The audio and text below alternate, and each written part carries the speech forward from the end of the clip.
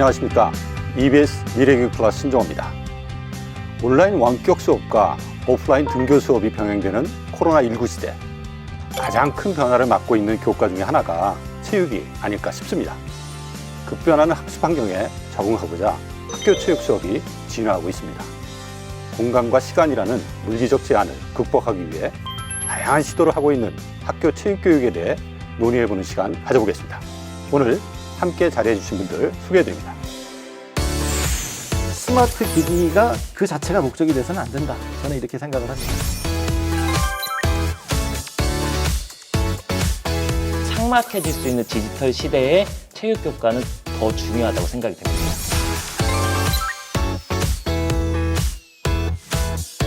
기계가 알아서 정보를 취합해주고 분석을 해주고 관리를 해주니까 체육에 많은 지평을 넓혔다라는 생각이 듭니다. 조금이라도 더 나아질 수 있는 부분이 있다고 생각을 하면 기술을 활용하는 게 분명히 의미는 있는 것 같고요. 예.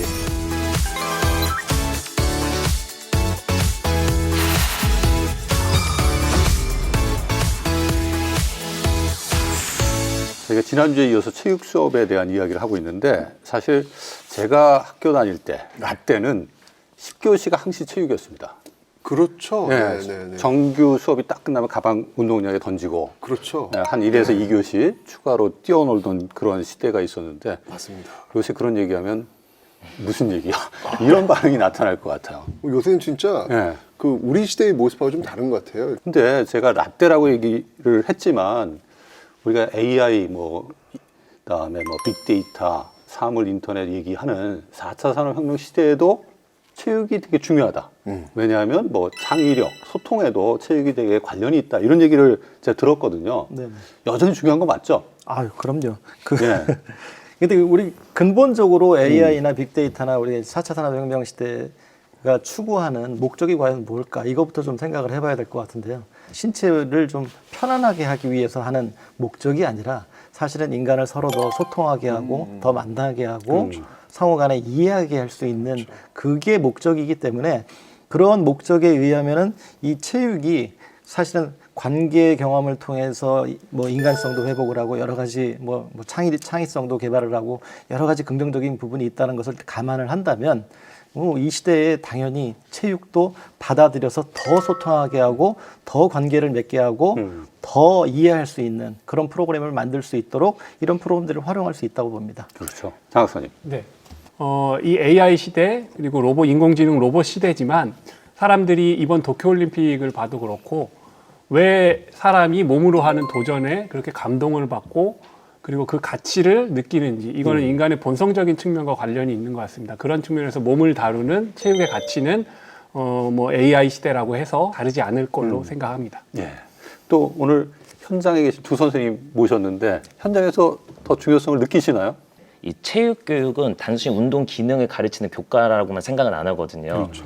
다른 교과에서 배울 수 없는 또는 글로 배울 수 없는 것을 몸으로 학생들이 뛰고 놀면서 터득을 한다고 생각을 해요.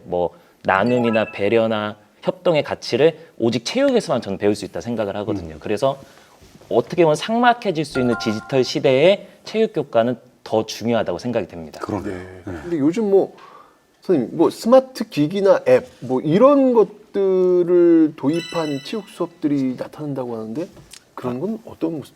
그런 게 필요한가요? 일단 체육의 특성상 네. 체육은 이제 전통 체육의 모습을 많이 아직도 유지하고는 있는데요. IT 기술을 많이 접목해서 그러니까 쉽게 말해서 워치를 많이 찾아내요.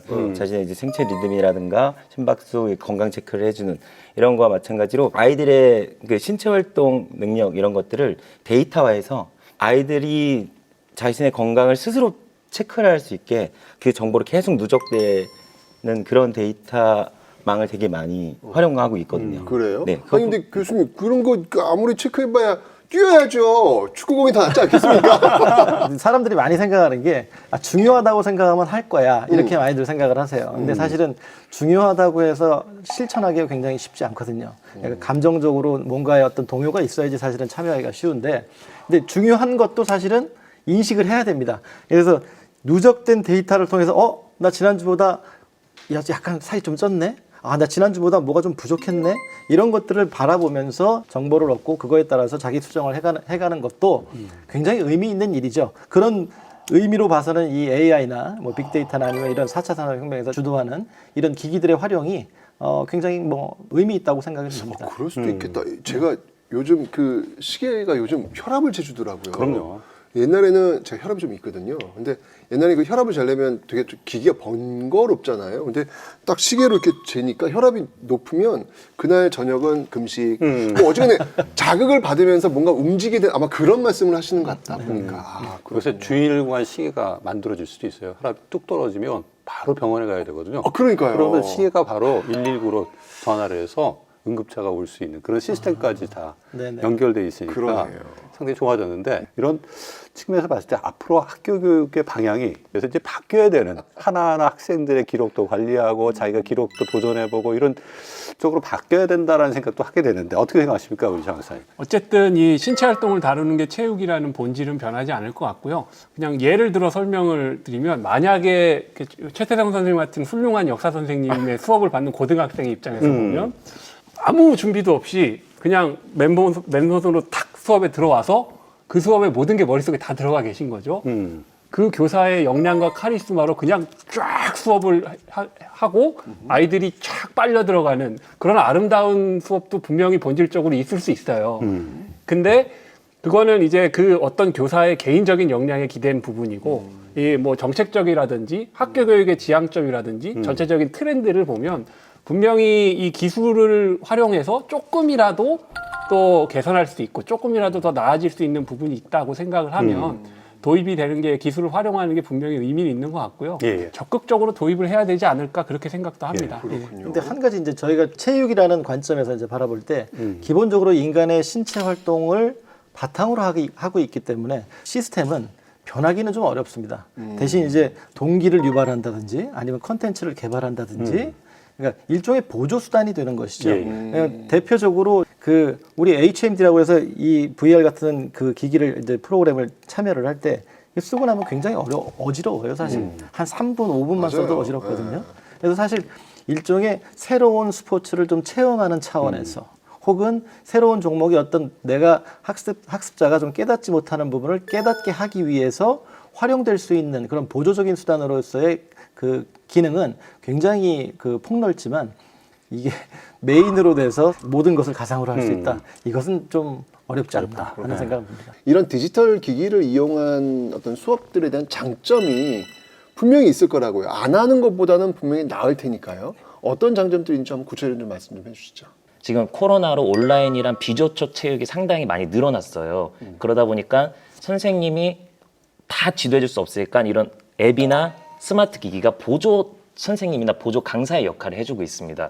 그러면서 지금 또 약간 변화한 게 뭐냐면 작년까지만 하더라도 이제 선생님들은 온라인 콘텐츠를 개발했는데 이제는 조금 더 욕심이 생기더라고요. 저도 지금 매주 하나씩 온라인 콘텐츠를 개발해서 업로드를 하고 있는데 얘들이 잘 따라 하나 그게 너무 궁금하더라고요. 학교면 내가 교실에서 볼 수 있잖아요. 그렇죠. 근데 온라인이니까 볼 수가 없으니까 어떻게 하면 애들이 좀 잘 따라 할 수 있을까 고민을 하다가 뭐 구글에서 이렇게 동작 인식을 할 수 있는 오픈 소스를 개방을 했더라고요. 포즈넷이라는 오픈 소스를 개방해서 그래 그럼 내 영상을 포즈넷에 돌린 다음 학생들은 요새 다 집에서 캠 있잖아요. 카메라 있으니까 네. 실시간으로 따라하면 이게 매칭을 시켜서 점수를 주더라고요. 아 진짜. 옛날에 되게 그 재밌네요. 오락실에 있던 이렇게 춤추는 거 있잖아요. 퍼펙트, 뭐 배드 쿵 나오는 거. 그런 식으로 이제 조금 더 체육 수업이 더 디지털식으로 변화하는 것 같더라고요. 저도 그렇게 욕심내서 개발을 했고 스마트폰을 활용해서 뭔가 운동을 하면은 더 아이들이 체육에 관심을 갖고 운동 흥미를 있지 않을까라는 생각을 가지고 있고 현장에서는 모든 체육 분야에 다 장점이 있는 건 아닙니다. 제 생각에 경쟁 활동 같은 경우는 솔직히 나와서 애들이 뛰어야 됩니다. 그렇죠. 근데 도전 활동 같은 경우는 이렇게 스마트폰이나 온라인을 이용하면 운동 기능이 되게 약한 애들이 집에서 적극적으로 할 수 있어요. 학교에서는 선생님들 보고 친구들이 보니까 되게 부끄러워서 잘 못하는데 집에서는 막 혼자밖에 없으니까 그렇죠. 그렇군요. 선생님 어떤 장점이 있을까요? 그러니까 체육은 결과적으로 몸을 움직이는 거에서 벗어나기는 힘들다고 생각이 들어요. 그러다 보니까 그냥 단순히 IT 기술을 접목한 가상현실 뿐만 아니라 실제로 스크린 골프, 스크린 야구장을 학교로 갖고 들어오는 거죠. 그런 장비를 만들어놔서 아이들이 운동장에 못 나가는 그런 때가 이제 미세먼지도 심하고 그리고 뭐 어쩔 땐 폭염, 어쩔 땐 장마 이래서 학교에서 아까 말씀드린 것처럼 축구공 하나만 가지고 놀기 못할 환경이 너무 많이 있거든요. 그럴 때 이런 스포츠를 접목시키니까 스크린 골프 같은 기계를 학교에 이제 만들어 놓으면 이제 앞에서 골키퍼와 함께 대결할 수 있고. 그러네. 그 두 분 그렇게 말씀하시니까 정말 디지털 환경으로 이 체육교육의 방향을 바꾸는 것이 아이들의 참여, 흥미 이런 걸 더 높일 수 있겠다라는 생각이 드는데 그 경우에 아무래도 이제 디지털 리터러시라고 저희가 이 말씀을 많이 나누는데 교사들이 그런 디지털 역량을 좀 많이 갖추는 게 필요할 것 같은데 어떻게 생각하세요? 맞습니다. 왜냐하면 이 집에서 아이들이 수업을 듣는다는 게 정말 상당히 힘들어요. 일단 공부할 수 있는 배경이 아니고 그다음 애들이 컴퓨터로 듣지 않고 절반 정도는 핸드폰으로 들어요. 이 작은 핸드폰으로 한 12시나 1시까지 이걸 듣고 있고 과제를 참여를 해야 되는데 집중도가 상당히 떨어지고 힘들죠. 그리고 학교에서는 주변에 친구들이 있으니까 어떻게 몰려서 같이 해요. 근데 집에 혼자 있으니까 그냥 더 재미가 없어요. 그치. 그래서 선생님들은 애들이 온라인 수업을 좀 더 즐겁게 하기 위해서 더 재밌는 조금 더 집중할 수 있는 관심 있는 것을 찾아야 되다 보니까 미디어 리트러시 역량이 충분히 필요하다 생각합니다. 그리고 또 정말 정보가 많잖아요. 이 정보 중에 내가 원하는 정보를 찾아서 제공을 해야 되는데 없으면 교사가 직접 촬영하고 편집을 해야 되는데 편집도 재미없게 하면 애들이 또 안 보니까 그렇지. 그리고 또 저작권 문제도 신경 써야 되니까 미디어 리트러시 역량이 참 중요한 것 같습니다. 이런 디지털 리터러시 강화를 위해서는 이런 것들이 필요하다. 정책적으로 이런 지원이 필요하다. 한번 지금 한번 시원하게 한번 좀 말씀 좀 해보세요. 예, 디지털 리터러시 역량에 대해서 이제는 저희 같은 체육교사 말고도 모든 선생님들이 필수가 아니라 이제 기본이라고 말해야 될 것 같아요. 앞으로 이제 코로나가 끝나더라도 이전의 시대대로 돌아가느냐 전혀 그렇지 않을 거라고 생각하고 분명히 많은 선생님들이 10년 안에 온오프 혼합 수업 우리 블렌디드 러닝이라고 부르는데 그걸 아마 무조건 강요받게 되지 않을까라는 생각이 들거든요. 그래서 아마 정책적으로도 많은 지원이 있어야 될 것 같은데 일단 예산을 좀 더 디지털 기계 같은 거나 아니면 프로그램 그러니까 처음에 코로나가 나왔을 때 제가 영상 편집을 하기 위해서 해외에서 영상 편집 프로그램을 샀거든요. 근데 선생님 돈으로 사비로? 학교 결제가 안 되더라고요. 근데 이게 올해부터는 다시 막 확 바뀌었더라고요. 올해는 해외 직구도 되고 프로그램도 되고 그리고 그 스마트 기계에 대한 지원들도 훨씬 많아지고 네, 그렇게 많이 변하고 있습니다. 그 고가의 기기들을 뭐 교육청 단위나 지역 교육청 단위에서 구입을 해서 좋은 컨텐츠를 만들어주고 그 만들어진 컨텐츠를 선생님들이 공유할 수 있는 플랫폼을 좀 만들어주면 이게 활용할 수 있는 가능성이 높아지잖아요. 근데 실제 어떻게 됐는지 궁금한데 장학사님 나오셨으니까 네. 현황에 대해서 있는 그대로 말씀 좀 해주세요.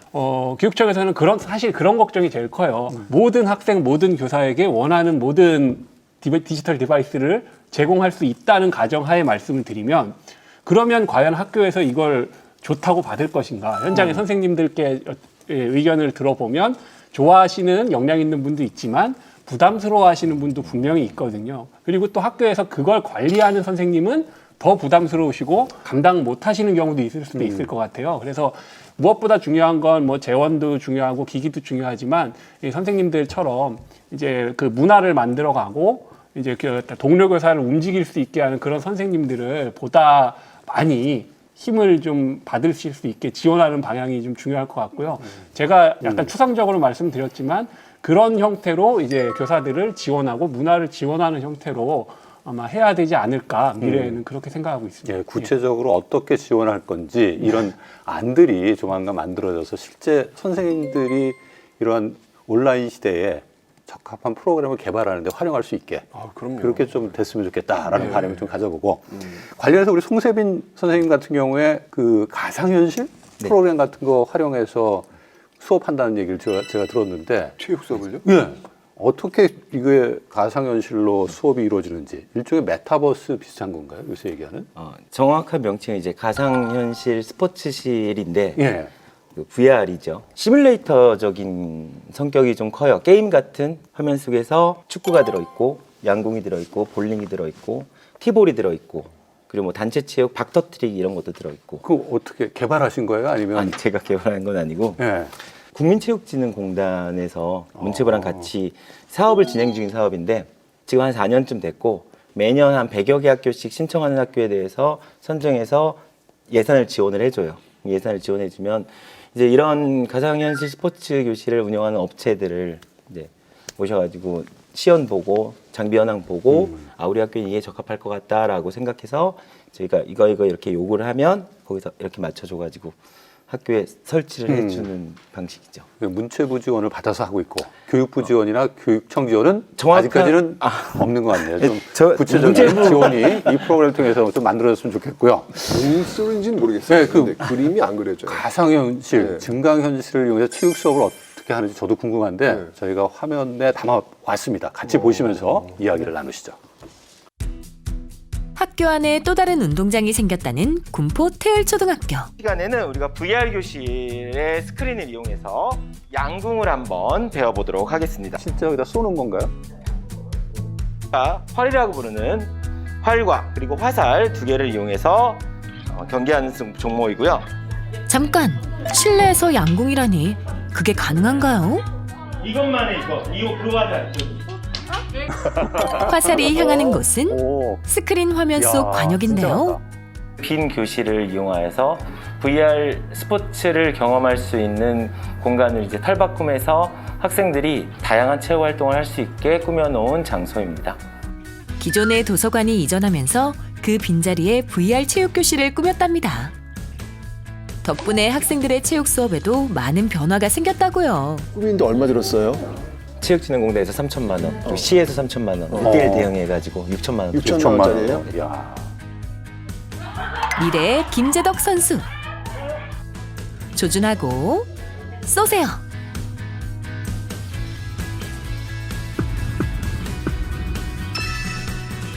오늘 양궁을 처음 해봤는데 재밌는 것 같아요. 새로운 운동도 할 수 있어서 좋아요. 양궁 같은 거나 볼링 같은 거는 아이들이 실제로 접해보기가 힘든 종목이거든요. 여기서 쉽게 활동을 하면서 계속적인 연습을 할 수가 있거든요. 시간과 공간을 뛰어넘어 한자리에서 다양한 스포츠 종목을 체험해 볼 수 있는 기회. VR 체육교실은 학생들에게 새로운 경험입니다. 그뿐만이 아닙니다. 학생들의 인기 종목인 축구. 오늘 할 축구의 종목은 페널티킥이라고 해서 골키퍼와 1대1로 공을 가지고 겨루는 종목을 오늘은 연습해 보도록 하겠습니다. 선생님, 페널티킥이 뭐예요? 수비하는 선수가 반칙을 했을 때 그때 골키퍼와 1대1로 정해진 거리에서 공을 놓고 공을 차서 골키퍼와 단둘이 승부하는 걸 페널티킥이라고 해요. VR 교실에서는 이론 수업도 함께 할 수 있다는데요. 먼저 시범을 보이는 선생님. 가볍게 꼬린. 뒤이어 자신있게 공을 차보는 학생. 결과는 아쉽게도 실패. 스크린 화면에는 공을 찰 때의 영상과 함께 볼 속도, 발사각 등 학생에 대한 다양한 데이터가 나오는데요. 이 데이터는 각 학생별로 차곡차곡 누적돼 단계별로 세심한 지도를 받을 수 있게 해준다고 하네요. 우리 야외에서 그냥 축구할 때는 내 공이 어디로 날아가는지 모양만 보이지 킥 스피드나 볼 스피드, 뭐 발사각, 좌우각 이런 것들은 보이지 않는데 센서를 통해서 나의 속도를 측정해 주는 거예요. 볼 스피드라는 게 내 공의 속도고 킥 스피드는 내 발이 나가는 속도. 킥 스피드가 빠르다고 공 스피드가 빠른 거. 제가 페널티킥을 잘 못 차가지고 나 저런 거 한번 분석하고 싶었거든요. 나는 왜 못 찰까? 저걸 보면 나오겠네. 방문하셔야겠다. 그러니까. 오. 선생님의 코칭을 받은 남학생. 시원하게 슈팅 성공.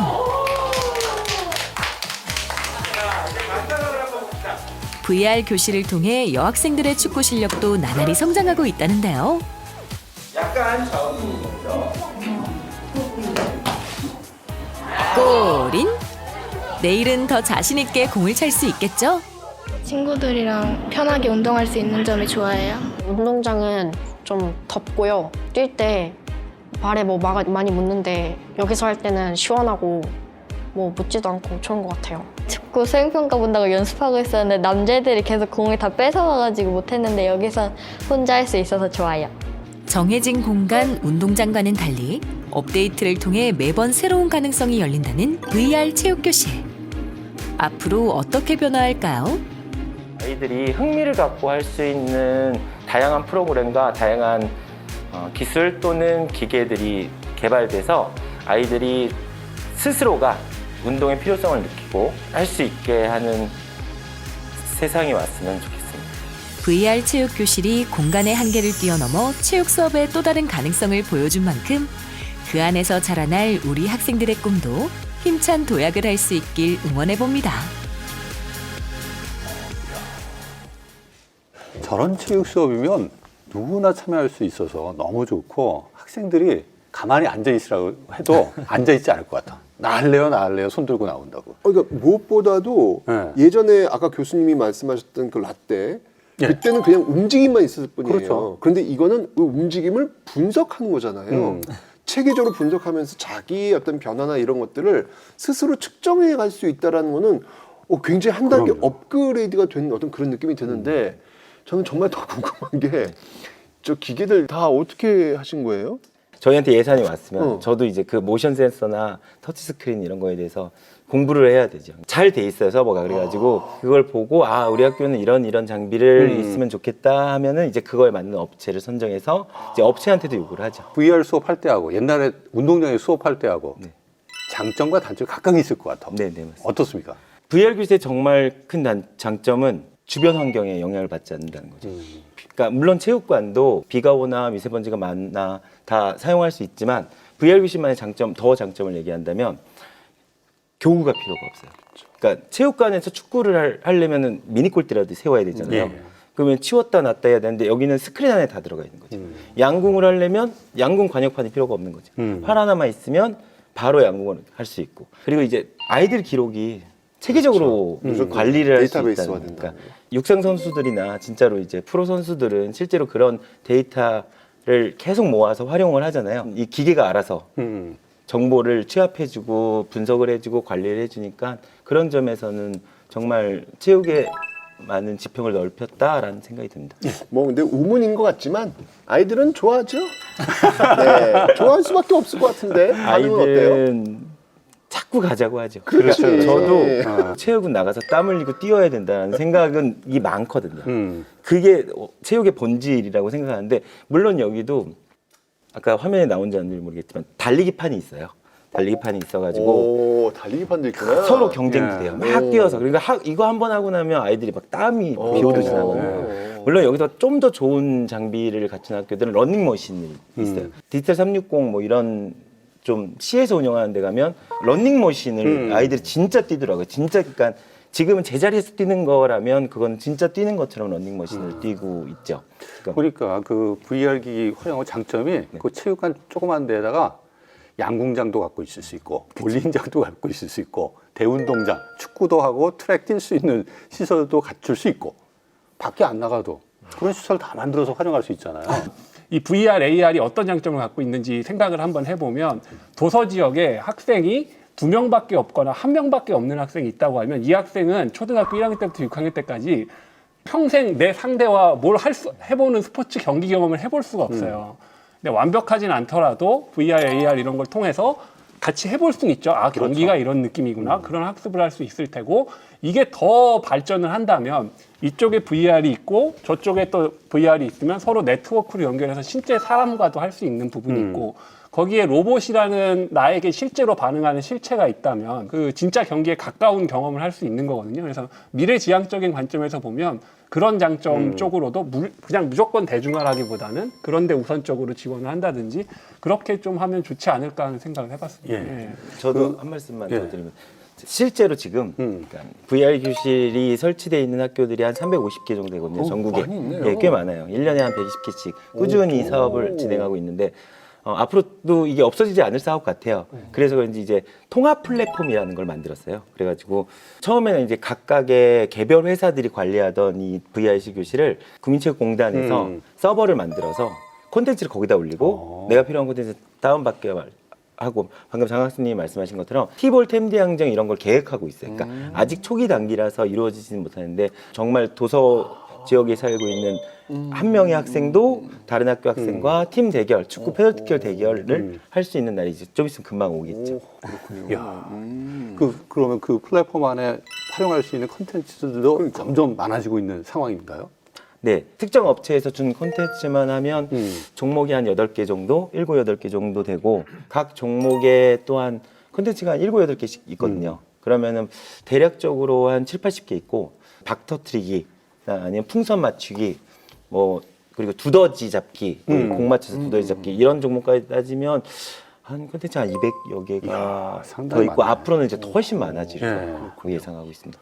아니 근데 교수님 이게 지금 스마트 체육 수업이라고 제가 이제 언뜻 생각이 드는데 근데 이런 것 지금 현장에 도입하려면 기본적으로 교육 과정 네. 이런 것들도 적용이 가능해야 될 것 같고 네네. 또 이와 관련된 어떤 수업 모델 이런 것들도 좀 계속 연구돼야 될 것 같고 이거 왜냐면 이게 전혀 좀 이제까지 한번 다뤄보지 않았던 그런 부분들이라서 네네. 이런 연구들은 어떻게 진행되고 있어요 지금요? 지금은 사실 뭐 이 스마트 기기를 활용한 어떤 뭐 수업 모델이 있다 이렇게는 말씀드리기 좀 어렵습니다. 아직은 그렇죠. 네, 아직은 어렵고요. 단계별로 수준별로 어느 수준에서는 어떤 프로그램이 필요할 때도 있습니다. 아까 이제 보여주셨던 우리 이제 동영상으로 나갔던 예를 들어서 뭐 티볼이라든지 이런 경우에는 충분히 내가 배트를 어떻게 휘둘러야지 이게 잘 휘둘러지고 그리고 충분히 잘 맞고 멀리 가겠구나 이런 것들을 배우는 데 있어서는 굉장히 중요한 프로그램이고 그런 것들을 정보를 제공을 해주고 기능을 학습을 해줄 수 있는 프로그램이라서 굉장히 바람직하고요. 아까 이제 말씀해주신 내용 중에 한 가지가 또 있습니다. 뭐냐면 프로그램을 직접 응용을 해서 자기가 어떤 프로그램을 만드는 것이 아니라 기기를 활용을 하는 거죠. 기기를 운용을 하는 것에 대해서만 사실은 교육이 이루어지면은 충분히 이 수업이 가능합니다. 그래서 그렇게 온라인 기기나 아니면 이 스마트 기기들이 활용되는 케이스들은 생활체육에서도 그러면 지금 이제 초등학교 체육에서도 중등학교 체육에서도 심지어 대학교 체육에서도 상당히 있습니다. 근데 그런 부분들을 앞으로 어떤 모델화를 할 것인지 아니면은 어떤 보조적인 수단으로 우리가 적극적으로 도입 정도까지만 할 것인지에 대해서는 좀 정책적인 결정이 좀 필요하죠. 예. 우리 안채원 선생님도 수업이 되게 재미있는 것 같아요. 수학하고 체육을 융합한 프로그램을 운영하고 있다고 제가 들었는데 수학을 체육도 어떻게 그러니까. 융합을 합니까? 이게 둘 다 말이 안 재미 되죠. 없어지는 거 아니에요? 혹시? 이건 아닌 것 같은데요. 이거. 어떻게 그걸 개발하게 되셨는지 궁금해요. 놀이가 밥이다. 라는 모토를 가지고 살고 있습니다. 놀이가 밥이다. 네, 학생들한테는 놀이가 밥이고 그 누구한테는 놀이가 밥이지만 학생들한테 더욱이나 놀이가 밥처럼 필요하다 생각을 하거든요. 그래서 그 모토로 지금 놀밥이란 연구의 활동도 하고 있는데 고학년이 되면서 수학이나 과학이나 사회 과목에 점점 어려울수록 이제 포기하는 애들이 발생합니다. 그렇죠. 지루해하고 힘들어하고 학교가 재미가 단어가 없대요. 보여주고 있잖아요. 네. 그래서 얘네들이 벌써 초등학교부터 재미가 없으면 안 되는데 생각하면서 얘네들 어떻게 좀 더 재미있게 끌고 갈 수 있는 방법이 없을까 하다가 공이 날라오면 피하던가 잡잖아요. 그래서 몸으로 익히면 조금 더 애들이 재미있게 할 수 있지 않을까 해서 이렇게 체육과 융합을 하게 됐고 또 반대로 체육을 싫어하는 아이들도 있거든요. 상급 학교로 갈수록 중학교, 고등학교 갈수록 늘어나는데 이 운동 기능이 조금 떨어지는 아이들이에요. 정적인 학생들이 있어요. 저 네, 같은 체육이 경우. 되게 저 두렵잖아요. 체육 안 좋아했어. 키 크신데. 잘하셨을 것 같은데. 근데 그런 아이들도 그럼 좀 체육에 관심을 갖게 하는 방법이 뭐 있을까 하다 그래 운동 기능 위주보다 아직은 초등학생이니까 체육에 흥미를 가질 수 있도록 전략을 세울 수 있는 이렇게 놀이를 해보자 하면서 융합체육을 시작하게 된 것 같습니다. 되게 흥미로운데 놀이가 밥이다라고 하는 수학, 체육, 융복합 수업 어떻게 진행하고 있는지 저희가 화면을 보면서 같이 이야기를 나누도록 하겠습니다. 화성 상봉초등학교에서는 날마다 색다른 체육 수업이 펼쳐진다는데요. 자, 손목 발목 돌리기 시작. 하나, 둘, 셋, 넷, 다섯, 여섯, 반대로 둘. 에구구 몸이 덜 풀렸나? 반대로. 수업 전 스트레칭을 하는 건 여느 체육 수업과 다를 바가 없는 것 같은데. 그런데 선생님이 숫자 카드를 준비했어요. 이 숫자 카드를 한 팀에 하나씩 줄 거예요. 이 숫자 카드에 비가 적혀 있습니다. 우리 비 배웠죠? 비 사랑하나요? 아니요, 싫어요. 비를 사랑하나요? 아니요. 백분을 사랑하나요? 아니요. 체육 시간에 웬 숫자들일까요? 이 수업은 바로 학생들이 어려워하는 6학년 수학의 비와 비율 단원을 체육과 연계시킨 융합 수업입니다. 초등학교는 한 담임 선생님이 모든 교과를 지도를 하니까 네. 자연스럽게 융합이 되는 것 같아요. 예. 먼저 학생들을 두 팀으로 나눠 카드를 한 벌씩 배부합니다. 각 카드에는 크기가 다른 비율식이 적혀 있는데요. 비율을 백분율로 계산해서 백분율이 큰 순서대로 높은 것은 왕, 그 다음은 평민, 제일 낮은 것은 폭탄으로 역할이 정해집니다. 학생들은 나눠받은 카드의 수를 숨긴 채 상대편을 잡아야 하는데요. 이때 자신의 비율이 상대보다 낮으면 지게 됩니다. 제한된 시간 안에 상대편의 왕을 잡거나 남아있는 사람 수가 더 많은 팀이 승리! 교과에서 배우는 게 어려웠던 친구들도 융합체육 수업을 통해서 그 배움을 이겨내고 체육을 못하고 기능이 좀 떨어진 아이들은 체육 수업이 조금 더 즐거운 방향이 있지 않을까 해서 융합체육 수업을 구상하게 됐습니다. 근데 누가 날 잡아? 그럼 내가 죽는 거야? 보자. 친구들 퍼센트 다 구했어요, 백분율은? 네. 자, 만약에 옆에 있는 친구가 백분율을 모르면 가르쳐줘야 돼, 우리 팀을 위해서. 모르는 친구들이 있을 때는 서로 알려주면서 협동심도 기를 수 있다는데요. 드디어 게임 시작! 서로의 카드를 숨기고 요리조리 탐색전을 벌이는 학생들.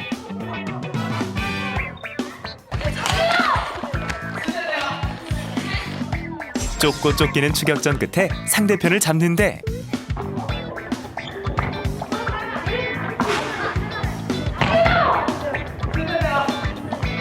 자, 오세요, 잡았으면. 자, 일로 와서 나머진 친구들은 오면 안 돼요. 나머지 친구는 절로 가고. 자, 선생님한테 카드를 보여주세요. 자, 나머지 친구는 절로 가세요. 자, 서로 비교하세요. 자, 누가 높아요? 그러면 누가 잡았어요? 그러면 윤우는 아무 말 못하고 집으로 가세요. 이윤우! 집으로 갔습니다. 찜질 잡았다고 못하는 노랑팀에서 첫 번째 탈락자가 나오자 위기를 느낀 학생들. 다시 신중하게 전략을 세우는데요. 자연스럽게 뛰게 되네. 잡으려고. 몇 퍼센트 봤어요, 윤아? 이제 퍼센트를 친구한테 얘기하고 집으로 가세요. 잠시만요. 잠시만요. 계산 안 됐어요, 아직. 보여줘. 윤아, 말해주세요. 네, 윤아 아직 계산 중입니다. 70. 5점이 70. 비율을 계산하지 못하면 숫자가 아무리 높아도 소용없습니다. 지영이가 하준이를 잡았습니다. 자, 일로 오세요. 나머지는 절로 가시고. 자, 하준이 아웃. 어느덧 학생들은 수업 시간인 것도 잊은 채 즐거운 모습인데요. 이렇게 막 하다 보면 나도 모르게 땀이 나 있겠네. 어떻게 해야 돼? 뛰게 하는 수업이니까. 아이들이 제일 하기 싫어하는 것과 제일 좋아하는 것을 일부러 합치시는 네. 느낌이에요. 모르는 걸 배울 수도 있고 원래 아는 수업이랑 모르는 수업이랑 같이 해서 모르는 건 배우고 아는 건 더 잘 외우고 그럴 수 있으니까 좋은 것 같아요. 교실에서 할 때는 뭔가 불편하고 좀 지루하고 그랬는데 체육이랑 함께 하면서 하니까 재밌고 또 힘나는 것 같아요. 집중도 더 잘 되고 친구들이랑 같이 하니까 재밌었던 것 같아요. 비와 비율을 교실에서 배우면은 그냥 단순히 문제 풀고 많은데 이걸 어려워하는 친구들이 많거든요. 아이들이 몸으로 뛰면서 실제로 비와 비율이 어렵더라도 이기기 위해서 친구들한테 물어보고 해서 백분율로 바꿀 수 있고 친구들과 협동심을 기를 수 있어서 좋을 것 같습니다. 아, 그리고 하나, 뛰어다니면서 하기 때문에 아이들의 기초 체력도 올라갑니다. 이번 시간에는 우리 지난번에 배웠던 과학 중에 식물의 구조와 기능을 가지고 놀이를 해볼 거예요. 어떤 교과든 움직임을 통해 배움의 재미를 배가시키는 체육 융합 수업. 그 뿌리는 이렇게 합시다. 줄기, 잎, 그 다음 꽃, 그 다음 열매. 자, 그래서 안채원 선생님은 어려운 교과 내용일수록 체육과 함께 가르칠 수 있는 방법을 고민한다는데요. 학생들이 체육 수업을 통해서 이렇게 신체로 움직이는 활동의 즐거움을 느끼고 교실에서 볼 수 없었던 표정이 체육 융합 수업을 통해서 강당에서 보여서 저도 되게 기쁘고 흐뭇한 것 같습니다.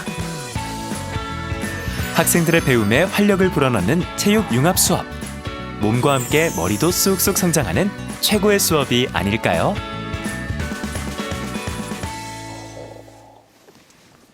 아우, 수업적 개발하려면 대단히 고생이 많으셨을 것 같아.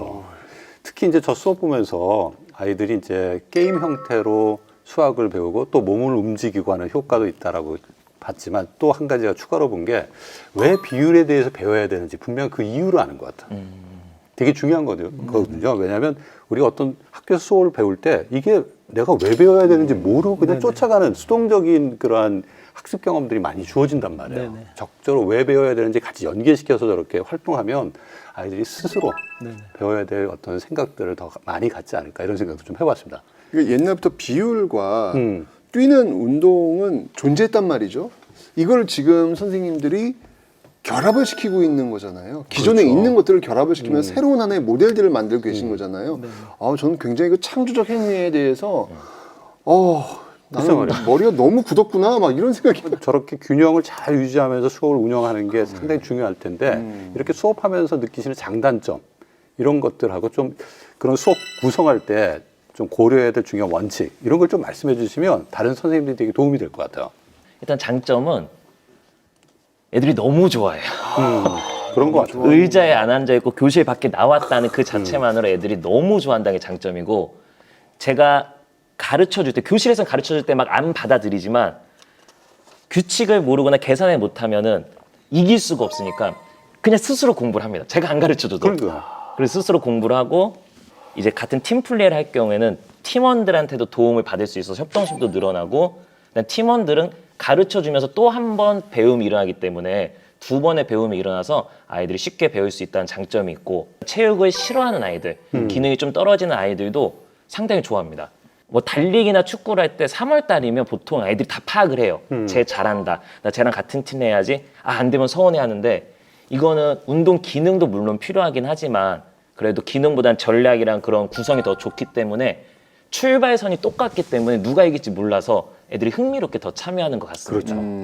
장점은 그런 것 같고, 단점은 아까 말씀하셨듯이 자칫하면 한 과목으로 치울 수도 있고, 또는 이 두 마리 토끼를 동시에 잡아야 되니까 그 준비하는 게 조금 어렵고, 그다음 이게 또 체육이니까 뛰는 게 일어나야 돼. 애들이 그냥 슬슬 걸어서 놀이에 참여하면 안 되고 조금 많이 뛰어야 되니까 뛸 수 있게 엮을 수 있는 아이디어가 뭘까 하는 그런 구성이 좀 어려운 것 같습니다.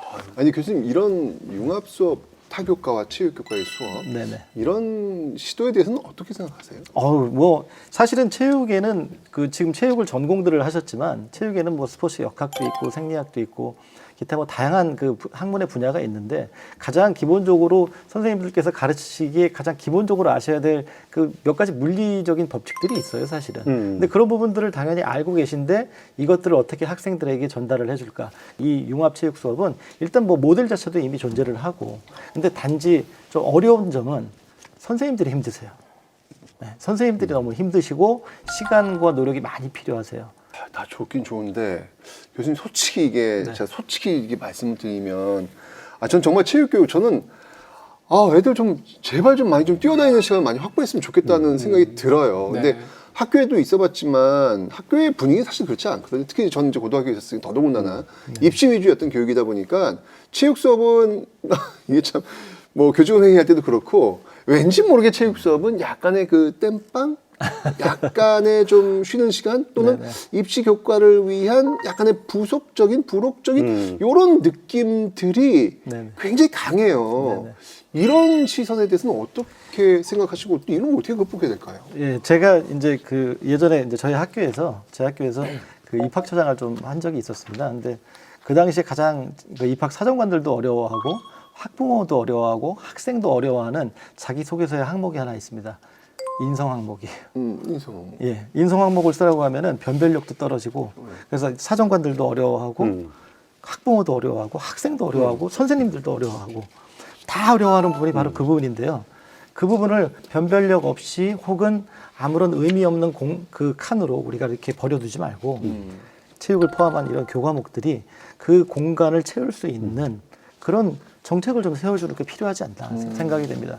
물론 그런 것들을 시행을 하기 위해서는 선생님들도 전문성을 함양을 해야 되겠죠. 충분히 체육 활동을 통한 또는 학교 스포츠 클럽 활동을 통한 인성 발달이 이렇게 됐다 안 됐다 정도는 내가 추천할 수 있을 그 정도는 그 인성칸을 채울 수 있는 정도는 체육이 담당할 수 있지 않을까 장기적으로 그런 부분을 또 정부에서 지원을 좀 해준다면 정책적인 지원 그리고 정책적인 지원이 전문성을 함양하려는 우리 내부의 그 노력과 함께 결합이 된다면 당연히 할 수 있다고 생각해요. 그래야지 체육이 됩니다. 그래야지 학생들이 뜁니다. 오늘 코로나19 시대 새로운 체육 수업의 그 모형으로 IT 활용하는 체육교육의 변화들을 좀 이야기를 했는데 이런 스마트 체육 수업 같은 것들이 좀 잘 정착됐으면 좋겠다 이런 생각을 좀 해봤습니다. 이 스마트 체육 수업이 정착되기 위해서 성공적으로 학교 현장에서 체육교육의 변화를 좀 만들어내기 위해서 어떤 제도적 지원이 좀 필요한지 마지막으로 마무리 제언 말씀 간단히 부탁드리겠습니다. 네. 교수님. 목적을 좀 명확하게 했으면 좋겠습니다. 스마트 기기가 그 자체가 목적이 돼서는 안 된다. 저는 이렇게 생각을 합니다. 그 목적이 뭐냐면 학습자로 하여금 다양한 스포츠를 체험하기 위함, 그리고 적극적으로 참여하게 하기 위함, 이런 목적의 스마트 기기의 활용이 있으면은 가장 바람직하지 않겠나 하는 생각이 듭니다. 그 자체로 완전한 체력을 함양을 한다라든지 아니면 뭐 인지 능력을 아주 극대화시킬 수 있다라든지 이런 부분까지 우리가 얘기할 수는 없을 거라고 저는 생각이 돼요. 하지만 보조적인 수단으로서의 의미는 굉장히 크게 다가올 수 있다. 차이를 극복하거나 혹은 장애, 비장애에 대한 이해를 할 수 있다라거나 아니면 소통을 할 수 있다라거나 뭐 참여를 할 수 있다거나 이런 부분에 있어서 충분히 활용이 가능한 그런 것이 바로 스마트 기기, 스포츠 안에서의 스마트 기기다. 이렇게 좀 말씀을 드리고 싶습니다. 현장의 체육 교사 그리고 교사 선생님들께 제언을 하나 드리고 싶은 게 있는데요. 동작 분석 수업 같은 것도 2000년대 초반부터 그 전문 선수들 하는 거 보고 체육 선생님들이 많이 하고 싶어 했어요. 근데 그걸 하는데 그 당시는 수천만 원 비용이 들고 그거를 사용하기 위해 배워야 되는 게 몇 달을 배워야 되는 거예요. 근데 지금 한 20여 년 시간이 지나고 스마트폰 앱 하나로 그냥 딱 누르면 되거든요. 이제 이런 것부터 좀 스마트 체육 수업이라는 이름 카테고리 안에 실천을 하시면 부담이 적으실 수 있을 것 같고 기존의 체육 수업의 본질을 훼손하지 않으면서 어느 정도 실천을 하실 수 있을 것 같아요. 그래서 이런 식으로 교사를 도와주는 그런 형태로 이제 그리고 학생의 학습 경험을 조금 향상시켜 줄 수 있는 어렵지 않은 것부터 좀 시작을 하시면 조금 더 풍성해질 수도 있고 수업이 내실화될 수 있지 않을까. 그렇게 뭐 정책적 제가 미리 이렇게 하겠다 말씀드리는 것보다 선생님들께 그런 제언을 잠깐 드려보고 싶었습니다. 네. 코로나19가 터지면서 이 교육 현장은 정말로 상당히 복잡했고 많은 변화가 있었다고 생각을 합니다. 어쨌든 선생님들이 그래서 근데 이 짧은 시간 안에 해결했어야 돼가지고 너무 힘드셨지만 집단지성을 발휘하셔가지고 지금 이렇게 잘 이끌어가고 있잖아요. 선생님들이 하시고 계시던 게 바로 스마트 체육이라 생각을 하고 음식에 비유하자면 소스를 바꾸는 것 같아요. 소스를. 우리 선생님들은 정말 5성급 호텔의 주방장이라 생각합니다. 이제 교육청이나 또는 이렇게 많이 개발해가지고 자료들을 보급해 준다면 오늘은 무슨 소스 쓸까 하면서 쓰시면 선생님들이 더 쉽게 스마트 체육을 이해할 수 있지 않을까라고 생각이 듭니다. 코로나가 이제 터지고 원격 수업으로 다 전환되면서 그때 바랬던 건 단순히 하나였던 것 같아요. 빨리 끝나라. 이것만 바랬던 것 같은데 점점 길어지면서 무언가를 해야 되는데 안타깝게도 정책적인 건 약간 늦더라고요. 그러니까 정확한 지원이 오지도 않고 그러니까 대략적인 개요는 알려주는데 연수도 있고 근데 방금 선생님이 말씀하신 것처럼 찾아서 이런 게 있으니까 찾아서 들으세요 하면은 잘 안 듣게 되거든요. 그런 연수의 장이 좀 더 많아졌으면 좋겠고 저는 그냥 하루 수업 준비해서 하루 살아가기도 힘들 교사인데 제가 교사라서 그런 게 아니라 선생님들이 정말 대단하다고 생각이 들어요. 언젠가 한번 꼭 말씀드리고 싶었는데 선생님들 커뮤니티가 되게 많거든요. 여기 선생님도 방송을 운영하시지만 처음에는 그런 선생님들이 너무 하나하나가 힘이 됐어요.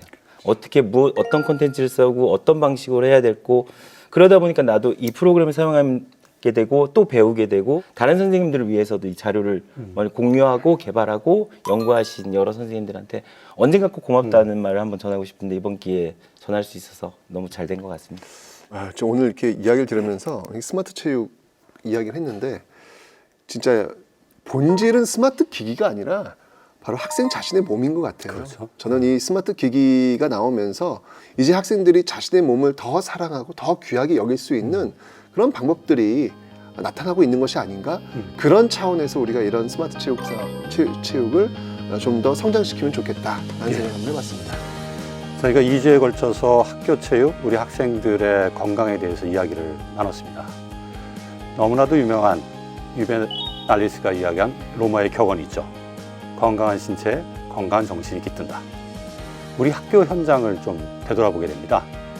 점차 작아지는 학교 운동장, 학년이 올라가면 올라갈수록 줄어드는 수업 시간, 또 코로나19로 인해 늘어나는 실내 생활, 이 모든 것이 우리 아이들의 신체 건강과 정신 건강을 위협하는 경고 신호일 수 있습니다.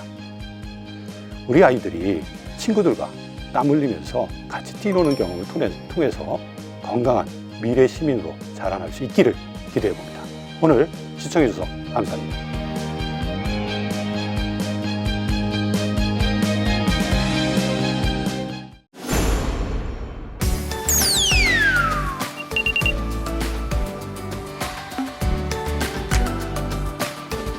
제가 처음 들어봐가지고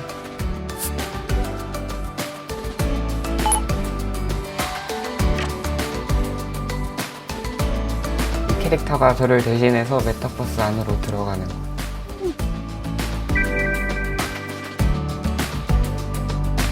많이 좀 알려주세요, 진짜. 나 정말